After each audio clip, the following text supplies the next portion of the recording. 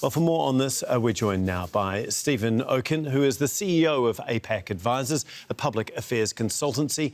He's also a former Deputy General Counsel in the US Department of Transportation. He joins us from Singapore. Thanks very much for being with us here. First of all, if we can start with China, they've obviously, as we heard, have denounced this new tariff, the 10%, while obviously leaving the door open to talks with the two leaders set to speak potentially later this week. What is China's plan here? How do you think it's going to play the days and weeks ahead? Look, I think it's in a way the opposite. The U.S. only put a 10% tariff on China because it needs time to put on more. It didn't want to have a trade war simultaneously with Canada, Mexico, and China. So it got Canada and Mexico, which is more theater, off the table. President Trump promised 60% tariffs on China or more. And that is going to come. That's not going to come until April. So we really are only going to see the true impact of what Donald Trump is going to do after he levies more tariffs on, not after he takes these off. And there's a real reason why the U.S. is putting these tariffs on, and it is reaction to what China has been doing for the past decade plus. OK, what impact is this going to have on the Chinese economy? We heard our correspondent in Beijing saying it was going to feel a real sting.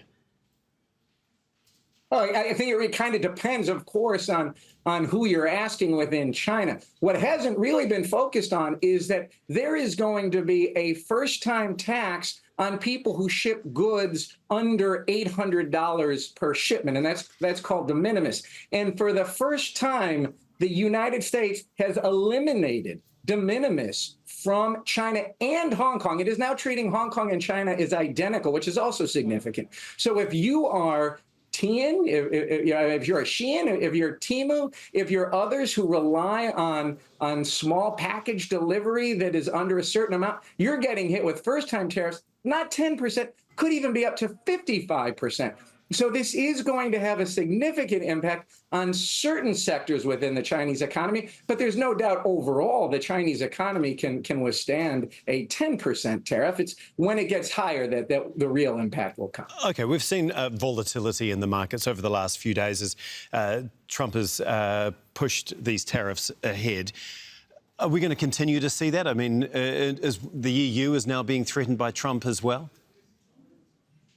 I mean, we will. And if you think about it, look, Donald Trump is the most powerful president the United States has seen since Franklin Roosevelt in World War II. Now, the guardrails that have constrained a president's power, the Congress prime example, don't exist as much with Donald Trump, if at all, anymore now that he controls Congress. The market is the guardrail. We saw the market respond very, very swiftly and very negatively to the 25% tariffs each on Canada and Mexico. And those tariffs came down before they even were affected. You might see the same with the EU and the UK and Japan and Korea and others in Asia.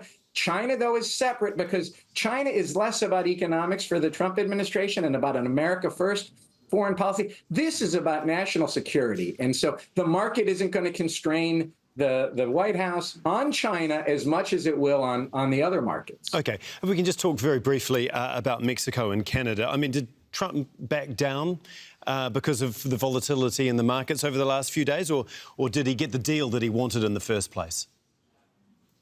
Look, Canada agreed 6 weeks ago to do everything that it said it is going to do now. And so the Trump administration knew this. Look, I think Canada and Mexico was more about politics. It's about Donald Trump, who can come in and say, I've been very strong. Look at what I did with regards to the border, with regards to immigration, with regards to fentanyl. And he gets a political win out of this. Whether he deserves it or not, it's a different issue. But he's taking that political win, and the markets stay fine. So it worked out very well for him. I think it hurts the U.S. in the long term, because why do you want to go to war with your partners and allies? What message is that going to send to the rest of the world? And what opening is that going to give China? So short-term political win for the president. Long-term, I think it's going to have negative impacts for the United States. OK, we'll have to leave it there, Stephen. But thank you so much for your insights. Stephen Okun from APAC Advisors.